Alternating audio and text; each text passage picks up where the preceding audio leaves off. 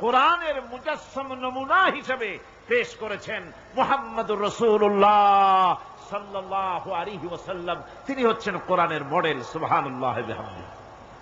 যার জন্য তিনি স্পষ্ট করে বলতে পেরেছেন যে কথা কেউ বলতে সাহস পায়নি, যে কথা নবী বলেছেন। আল্লাহর নবী বলেছেন, ও আমার সাহাবীরা, দিনের আলোতে তোমরা আমার ভিতরে যা দেখতে পাও, রাতের বেলায় আমার ভিতরে তোমরা যা দেখতে পাও। ও আমার স্ত্রীরা, দিনের আলোতে আমার ভিতরে যা দেখতে পাও, রাতের আধারে আমার মধ্যে যা দেখতে পাও, যে সব আচরণ, আমার চলাফেরা, দিন ও রাতের আলোচনাগুলি, দিন ও রাতের চরিত্রগুলি, দিন ও রাতের আমার কর্তব্য পালন, আমার মধ্যে যা দেখতে পাও সবগুলি খুলে খুলে মানুষের সামনে বলে দাও। এই কথা তো আর কেউ বলতে পারেনি পৃথিবীতে। নবীরা ছাড়া এত বড় কথা পৃথিবীর আর কেউ বলতে সাহস পাবে না। কথা ঠিক কিনা গণ? জোরে বলেন, পারবে বলতে?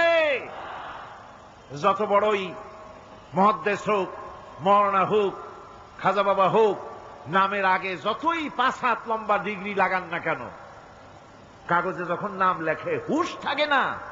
কত যে লেখে, কি যে লিখলে, শুধু নামের সামনে আলাইহিস সালাম টুক বাদ রাখে। হ্যাঁ, সব লিখে আবেগের ঠেলায় অস্থির হয়ে যায়। কোন ব্যক্তি আছেন যিনি বলতে পারবেন আমার শৈশবকালীন, যৌবনকালীন, বৃদ্ধকালীন, রাতের, দিনের সব ঘটনা মানুষের কাছে বলে দাও? কেউ কি পারবে বলতে? না, কেবলমাত্র পারবে আম্বিয়া আলাইহিমুস সালাম। যেহেতু আল্লাহ রাব্বুল আলামিন তাদেরকে কন্ট্রোল করেছেন, হেফাজত করেছেন, তারা হচ্ছেন চরিত্রের আধার, অনুপম চরিত্রের উৎস, উৎকৃষ্ট নমুনা, যাদের চরিত্রের ভিতরে কোনো কালিমা নাই, ভুল নাই, গুনাহ নাই। মহব্বতের সাথে বলেন সুবহানাল্লাহ। এই জন্য নবী, নবুয়ত আর কিতাব দুটোই আসছে আল্লাহর কাছ থেকে। সেই জন্য বিশ্ববাসীর বাঁচার পথ নবীদের অনুসরণ। বিশ্ববাসীর বাঁচার পথ কি? নবীদের অনুসরণ। আল্লাহ রাব্বুল আলামিন তিনি কিতাব পাঠিয়েছেন, কিতাবের উপর ঈমান আনা লাগবে। আর নবীও তিনি পাঠিয়েছেন। সাধারণ নেতা নবীদের ভিতরে পার্থক্য হলো আকাশ আর জমিনের। গালফ অফ ডিফারেন্স, আকাশ আর জমিনের পার্থক্য। সাধারণ নেতা আর নবী, এর মধ্যে পার্থক্য কতখানি?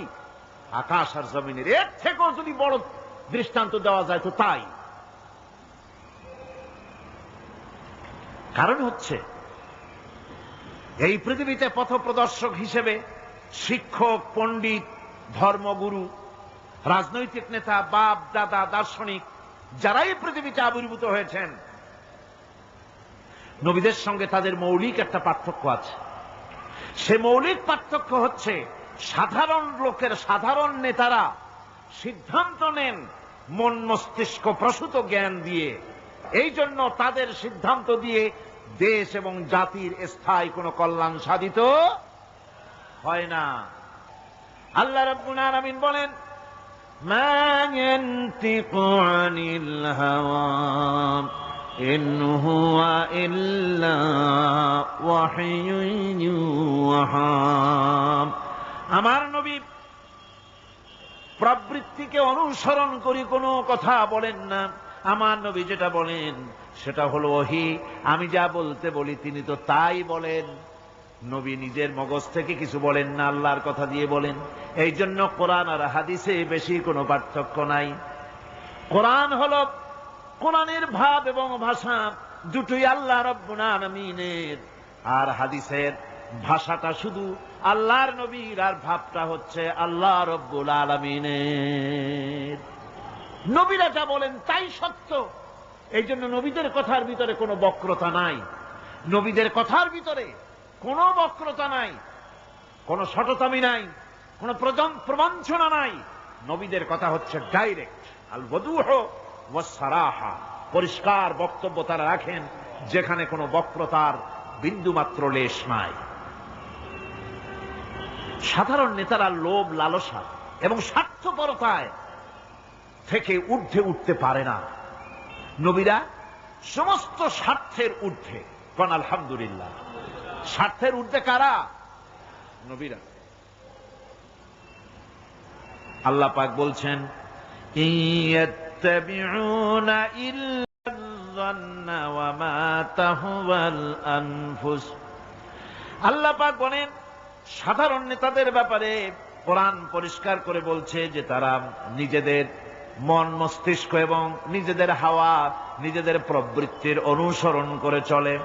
আর যারা নাকি প্রবৃত্তির অনুসরণ করে, মন মস্তিষ্ক নিজস্ব বুদ্ধির অনুসরণ করে, তাদের সম্পর্কে আল্লাহ পাক বলেন, ওয়ামা লাহুম বিহি মিন ইলমিন ইয়াত্তাবিউনা ইল্লা যান্না ওয়া ইন্নায-যান্না লা ইউগনি মিনাল হক্কি শাইআ।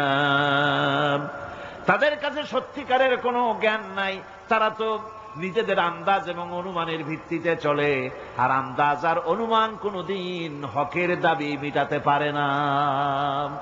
হক যেটা, হকের দাবি আন্দাজ আর অনুমান কোনদিন পূরণ করতে পারে না। আল্লাহর জ্ঞান হচ্ছে পারফেক্ট জ্ঞান।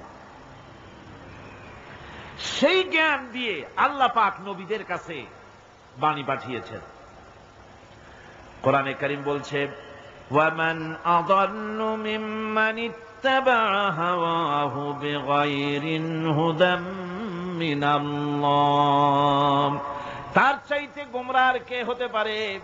তার চাইতে পথভ্রষ্ট আর কে হতে পারে? যে আল্লাহ পাকের পক্ষ থেকে বাণী আসার পরেও যে ব্যক্তি নিজের হাওয়ার অনুবর্তন করে, যে ব্যক্তি নিজের নফসের অনুবর্তন করে, নফসকে প্রবৃত্তিকে অনুসরণ করে, তার থেকে গোমরাহ আর কেউ হতে পারে না। পক্ষান্তরে নবী এবং রাসূলগণ তারা আল্লাহর জ্ঞানকে অনুসরণ করে চলেন। এই জন্য যেখানেই আল্লাহ পাক নবীদের কথা বলেছেন, সেখানে আল্লাহ পাক বলেছেন নবীদেরকে জ্ঞান দিয়েছি আমি। নবীদের জ্ঞান দিয়েছে কে? একথা আপনারা বিশ্বাস করবেন, মনে প্রাণে বিশ্বাস করবেন। একজন নবীও পৃথিবীর কোন শিক্ষা কেন্দ্র থেকে একাডেমিক কোয়ালিফিকেশন অর্জন করেন নাই। কোন নবী title pass, MA pass, BA pass, এই ধরনের প্রাতিষ্ঠানিক কোন সনদ তাদের কাছে নাই। অথচ তারা যা বলেছেন তা বিশ্বের সর্বশ্রেষ্ঠ কথা। কিনা জোরে গণ? আপনার আমার নবী জনাবে মুহাম্মদুর রাসূলুল্লাহ সাল্লাল্লাহু আলাইহি ওয়াসাল্লাম জীবনেও তিনি লিখতে জানেন নাই, পড়তে জানেন না, সই করতে জানেন না, নিজের নামটা কেমনে লিখবেন তাও তিনি জানেন না। সুলহ হুদায়বিয়ার দিনে, হুদায়বিয়ার সন্ধির দিনে সন্ধিপত্র লেখা হলো, হুজুরের নাম লেখা হলো মিন মুহাম্মাদুর রাসূলুল্লাহ।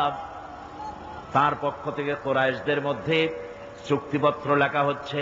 কুরাইশরা বলল, মুহাম্মদ সাল্লাল্লাহু আলাইহি ওয়াসাল্লামের নামের সামনে যদি রাসূলুল্লাহ লেখো তাহলে তো চুক্তির কোনো দরকার নাই, আমরা তো তাকে রাসূল মানি না, নাউযুবিল্লাহ। মুহাম্মদ বিন আব্দুল্লাহ যদি লেখো তাহলেই আমরা এই চুক্তি মানব। রাসূল করিম সাল্লাল্লাহু আলাইহি ওয়াসাল্লাম হযরত আলীকে ডাকলেন, আলী গো, চুক্তিপত্রে যেখানে আমার নাম মুহাম্মদুর রাসূলুল্লাহ লেখা আছে, আমার নামের সামনে থেকে রাসূলুল্লাহ নামটা বাদ দিয়ে দাও, মুহাম্মদ বিন আব্দুল্লাহ লেখো। হযরত আলী বলছেন, ইয়া রাসূলুল্লাহ, সারা জীবন আপনার গোলামি করেছি, যা বলেছেন তাই শুনেছি, জীবনটাও আপনার জন্য দেওয়ার জন্য প্রস্তুত আছি, ভবিষ্যতেও যত কথা বলবেন সব